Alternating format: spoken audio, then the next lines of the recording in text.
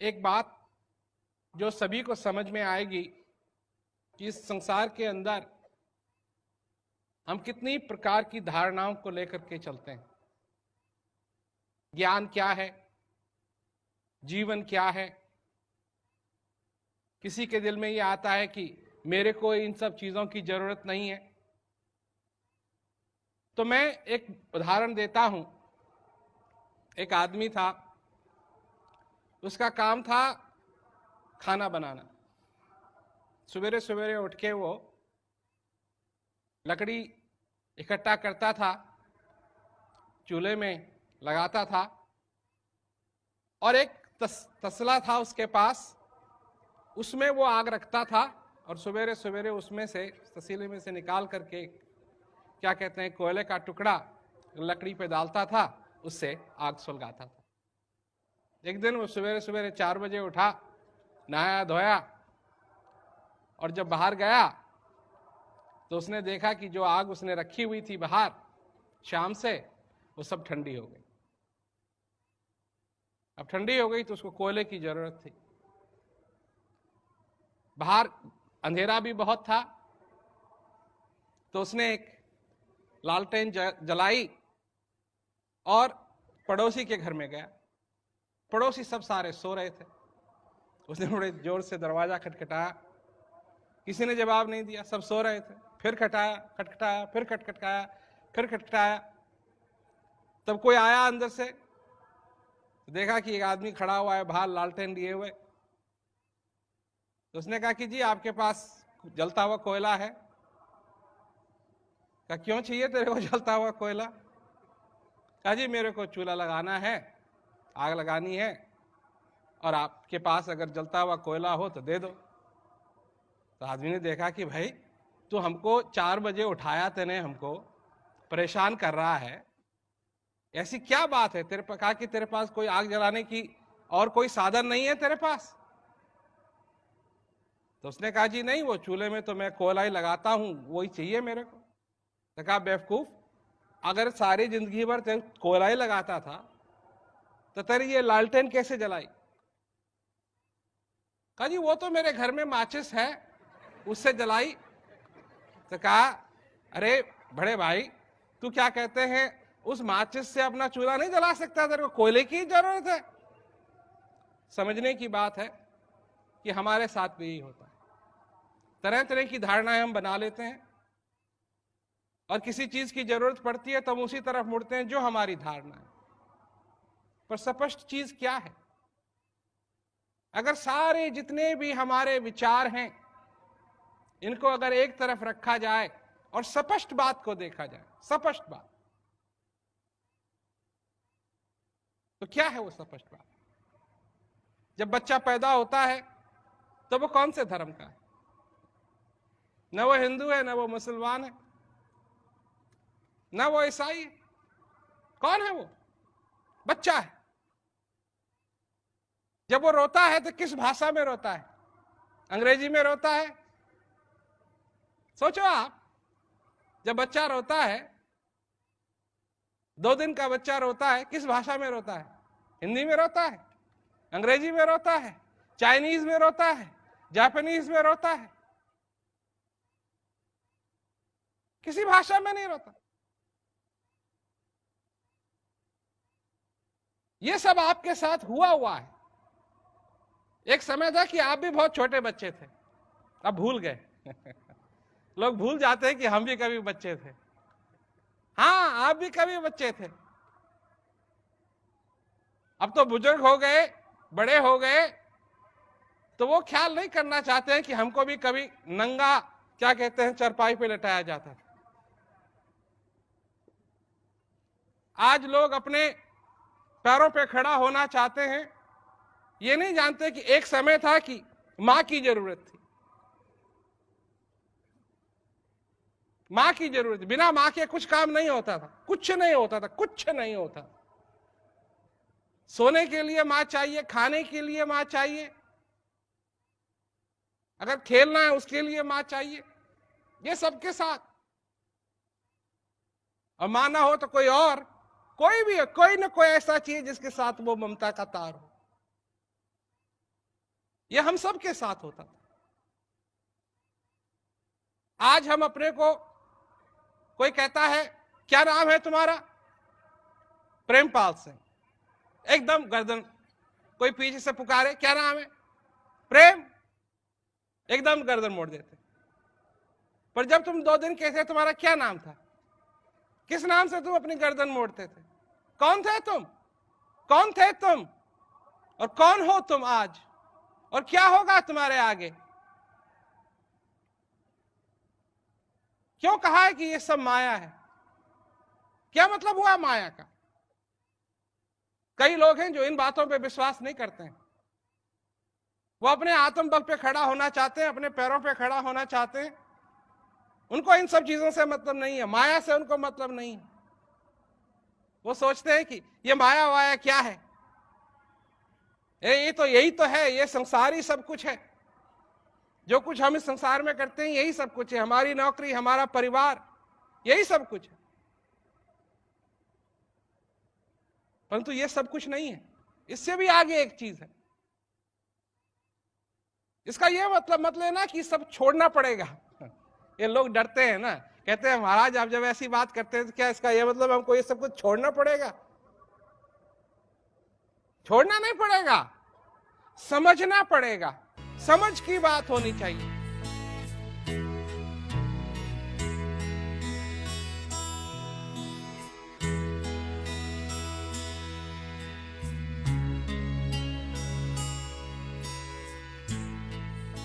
इस जीवन की गाड़ी में,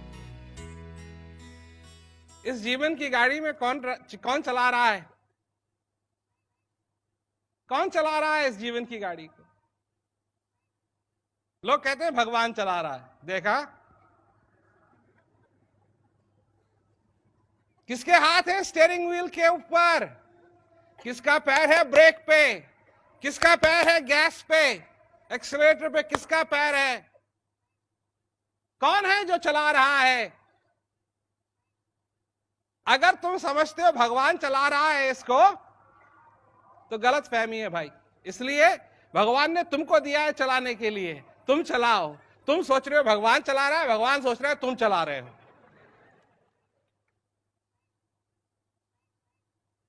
जब ऐसी गलत फहमी होगी तो क्या होगा? क्या होगा? एक्सीडेंट होगा। और जब एक्सीडेंट होगा तब क्या कहोगे? हे भगवान, ये क्या किया तूने? और भगवान क्या कहेगा? क्या कहेगा भगवान? ये तूने क्या किया? संत महात्मा ने यही बात की है कि जिम्मेवारी तुम्हारी है। तुम कहते हो नहीं जिम्मेवारी उसकी है, वो कहता जिम्मेवारी तुम्हारी। बड़े भाग्य मानुष तन पावा, सुर दुर्लभ सदग्रंथ न गावा, साधन धाम मोक्ष कर द्वारा, पाए न जहीं परलोक सवारा। अगर किसी ने कहा है तो क्यों कहा है, क्यों समझाने की कोशिश की है तुमको कि ये जो तुमको मनुष्य शरीर मिला है ये बड़े भाग्य से मिला है, और ये मोक्ष का दरवाजा है, और ये दुर्लभ है। समझो क्यों तुमको समझाया जा रही है ये बात। ये क्यों तुमको समझाया जा रहा है? तेरा साईं तुझ में जो पुष्पन में वास, कस्तूरी का मृग जो वन वन ढूंढे घास। क्यों समझाया जा रहा है ये? तुमको क्यों समझाए? जब भगवान चला ही रहा है इस गाड़ी को, तो तुमको समझाने की क्या जरूरत है? क्या जरूरत है कि तुम संभलो, बचो, अशुभ से बचो, और अपने जीवन को सफल बनाओ? ये सब समझाने की बात क्यों है? क्यों संत महात्माओं ने बार बार लोगों को ये समझाने की बात की? इसलिए की है कि इस जीवन की जिम्मेदारी तुम पर बैठती है, किसी और पे नहीं, तुम पे बैठती है। क्या हो रहा है इस जीवन के अंदर, इसकी जिम्मेवारी तुम्हारी है। और मैं तो एक बात पूछूंगा, इसका भी मैं एक उदाहरण देता हूं। मॉरिशस में अभी प्रोग्राम हुआ, कुछ हफ्ते पहले मैं मॉरिशस में था, तो मैंने लोगों को समझा रहा था। मैंने कहा जब लोग सफर करते हैं, एक जगह से दूसरी जगह जाते हैं, तो क्या करते हैं? संदूक रहता है, संदूक में अपने कपड़े डालते हैं, जो जो काम का सामान है, जो चाहिए इस क्या कहते हैं सफर के लिए, उस बक्से में डालते हैं। डालते हैं कि नहीं डालते हैं? एक चीज और करते हैं, सोचो वो क्या चीज है। मैं बताता हूं, लोग नहीं ज्यादा सोचना चाहते हैं आजकल। मैं सस्पेंस में नहीं रखूंगा, मैं बताता हूं क्या चीज है। बटुआ कहां रखते हैं?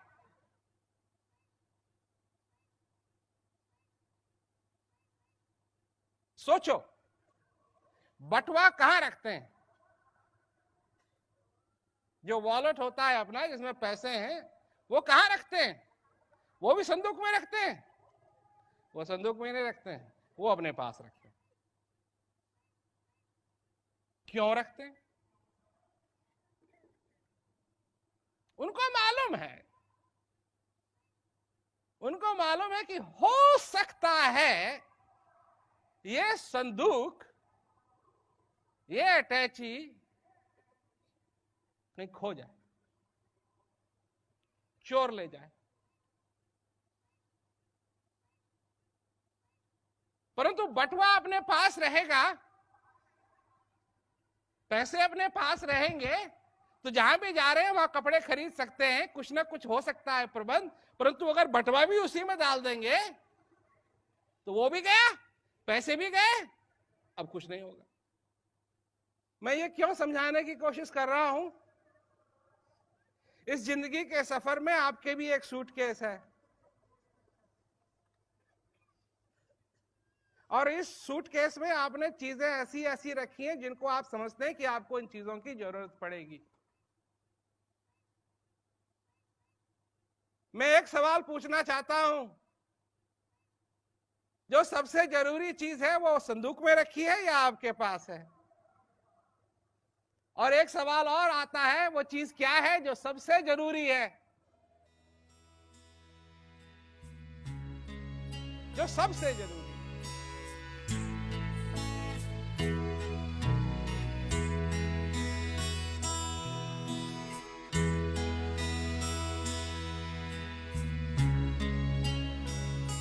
सबको भगवान ने उपहार दिया है, सबको उपहार दिया है, पर अगर तुमने उस उपहार को पहचाना नहीं तो तुम्हारे लिए तो वो ना के बराबर हो गए।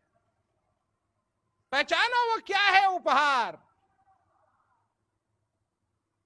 क्या है वो उपहार जो तुमको दिया है, और जो दे रहा है भगवान, वो बनाने वाला हमेशा तुमको जो उपहार दे रहा है वो उपहार क्या है? माला फिरूं न कर फिरूं, जिभ्या कहे न राम, सुमरन मेरा हरि करे, मैं पाऊं विश्राम। तुम्हारा सुमरन, तुम्हारा हरि तुम्हारे लिए कर रहा है, इससे बड़ा उपहार क्या हो सकता है?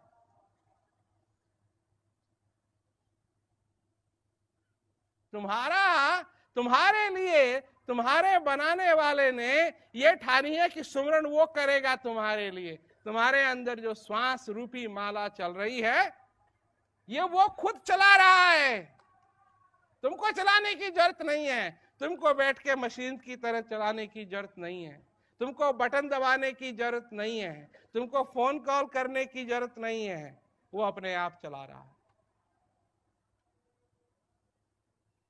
परंतु दुनिया के लोग हैं कि उस बात को समझ नहीं पाते हैं। हम तो ये करेंगे, हम तो वो करेंगे। दुनिया करे जो करना है,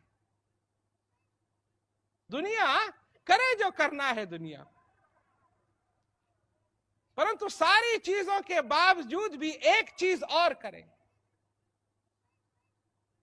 एक चीज और करें कि अपने अंदर स्थित जो भगवान है उसकी भी पूजा करें। क्योंकि अगर सारे की पूजा कर ली परंतु उसकी पूजा नहीं करी तो ये कहानी अधूरी रह जाएगी, ये पूरी नहीं होगी।